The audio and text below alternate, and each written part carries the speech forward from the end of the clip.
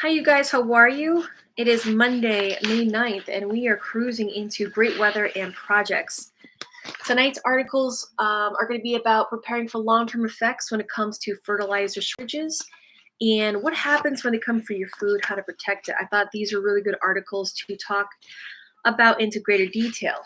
One is because the fertilizer, that's going to greatly impact our food supplies and how we go from here forward, not just into this growth season, but into, most importantly, next year.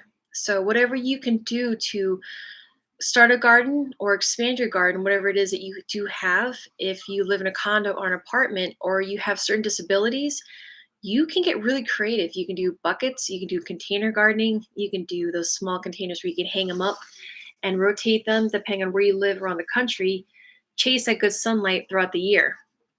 So definitely do that and get your hands on some good heirloom seeds and stay busy with that, because it's always fun to start projects and see how far you can not only go with growing your own food, but then when it comes to harvest it, how are you going to store it? Are you going to eat it fresh right away? Are you going to freeze it, can it, dehydrate it, all that good stuff. So it's always good to have options when it comes to having food sources and supplies.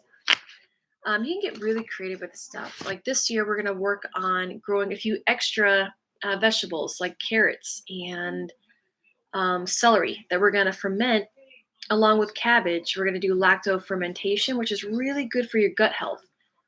So when it comes to pick any scenario, you can get really creative with this. And the important thing is your nutrition, not just your mental health, but your physical abilities to do projects and mend things, fix things, grow things, you name it, security. So important aspect of that is your health and nutrition. Short term, you're going to do just fine. But when it comes to stress and long term abilities with that, you got to get really creative. So with that, we're going to try lacto fermentation this year. And I'm really excited to try that, see how well it works, how long it lasts. There are scenarios where you can go, I think, a week or two short term, and then you can go as far as 2 months with fermenting this food and making it last. So you're going to get great health benefits with fermenting your food. So we're going to add that to the pile of options when it comes to putting up food and storing it. So we're going to talk about that and work on that in the coming months when it comes to growing our garden, harvesting it, and then doing it live and showing the process, how we're going to do it, and then how it works out. So we got that going on. We have the extracts that are done. We have orange and lemon.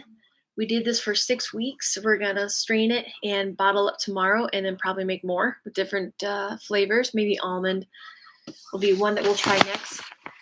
Now, this article from My Pages Supply talks about preparing for the long-term effects of fertilizer shortages and the lack of transporting them, especially with rails. That was a recent article that we saw recently out west where they're just not shipping it. Pick a reason or an assumption, they're just not going into detail about that. So in an article here, it talks about prices already on the rise, what the farmers and mass producers are dealing with right now when it comes to shortages, and a lot of people going back to organic. But the problem with organic is the soil isn't ready for that. This is a dramatic shift and change when it comes to the soil and what is available to grow, and it's not prepared really. It's so used to fertilizers and a lot of synthetic fertilizers into the soil that without that, a lot of weeds are going to grow, grasses are going to grow, insects are going to come. That's going to be problematic. So the chemicals to defend and protect the plants aren't there in abundance like it normally is. The fertilizers to help grow the plants, because think about this, when you grow a garden, you want to rotate back and forth. So you want to have one part of the garden that you grow, and then the next year you're going to leave that alone and let it heal, let it kind of regenerate the minerals and all the good stuff that goes into the food ultimately. We as a country just bastardize our soil for decade after decade and are just using it over and over and over. We've gotten so used to the dependency of chemicals and fertilizers and you name it, because we need to grow this food. We have a growing population, not just here in America, but countries that do buy a lot of our foods, grains, and meats. So with this happening, you have a lot of countries that are cutting off exports. Ukraine, Russia are couple big examples. And now you have Turkey and a couple other countries that are saying we can't afford to do this. India is having a major drought. They have temperatures, I think, 50 degrees Celsius, major heat waves, already have enough drought issues. So on top of that, we have our own drought issues. South America is having their drought issues, and not only drought issues, but a lot of cold weather, which is coming through right now and has been. So you have cold weather damage, drought issues, both continents, many different countries being affected by this. You have a lot of wet weather in Australia. So every which way you look, no one's immune to having these issues, not just with politics, but weather. So get as creative as you can when it comes to your food sources and your food supplies. And not just that, but how are you going to make it last? So we've talked about different resources and how to get creative with it. Big fan of looking into and researching World War I and II, the Great Depression, how people survived. England was a great one during World War II. For 5+ years, they had to grow their own food and really expand out on a yearly basis. The government really pressured the citizens of England to grow, and not just grow, but grow more every year. There's a lot of stress on the people and the farmers.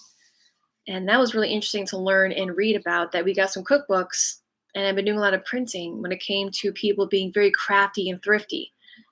Chickens, getting the eggs, using them for meat, and then collecting their feathers to make blankets and pillows and get really crafty with staying warm when a lot of things were being rationed. And even when the war was over, the rationing didn't end until like a good solid 10 years after the year was done and done with, and rebuilding was happening and people are regrowing again and regenerating. But it's a slow process. So we're slowly entering into a lot of worst case scenarios when it comes to weather, geopolitics, and all the stuff that's affecting us.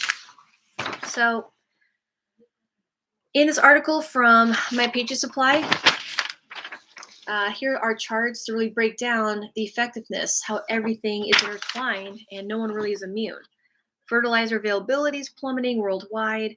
U.S. farmers rely on fertilizer imports, and we can't get the ingredients to make it ourselves. So on top of all of that, get what you can now. Practice all the oops and issues that you're going to have when it comes to gardening and your land, how to work it, how to use it, how to feed it, different ways and methods to grow and store. Ball jars, lids, rings. A lot of shortages happened during 2020 and 21. Came in different waves. So if you can get extra supplies now, that is always a great thing to do. Now, when it comes to growing your food and storing your food, a good article here raised a really good question, and it brought up some good conversations, which was, how do you not only defend it but protect it once you do have it? So people have gotten really creative when it comes to gardening. You can garden in plain sight without people realizing it. It looks like decorations or a flowering tree, or you can hide it in strategic locations and be very careful about it. Or you can just work with groups of people and have that layer of protections. And then it's a matter of where you're putting it up, are you rotating it, all the good stuff. Now in here, it says those who are prepared, not a big issue, but those who aren't are going to turn into unrecognizable people when the crap does hit the fan. So in here, they talk about some suggestions, which is keep quiet, avoid storing food where there's a lot of foot traffic, where a lot of people come and go. So just be creative about where you store things. Don't keep all of your food in the same place. Find creative places to hide your emergency foods. It could be under the bed, in a closet. I wouldn't recommend the attic, but depends on where you live. Cleaning supplies underneath the kitchen sink. Some people said buried in the backyard in sealed buckets. Again, depending on where you live, how active you are. You can be as creative with this as you want. People store them in boats that are covered, sheds, containers. You can be really creative with this stuff. Use locks, invest in a security system, and you can fool looters by having strategic, kind of like small pockets of food in certain locations. Where do you think that's all you have? And don't store it where it's going to go bad. Think about cool, dry, dark locations. Don't store it in places where there's a lot of sun, like a shed or in the attic.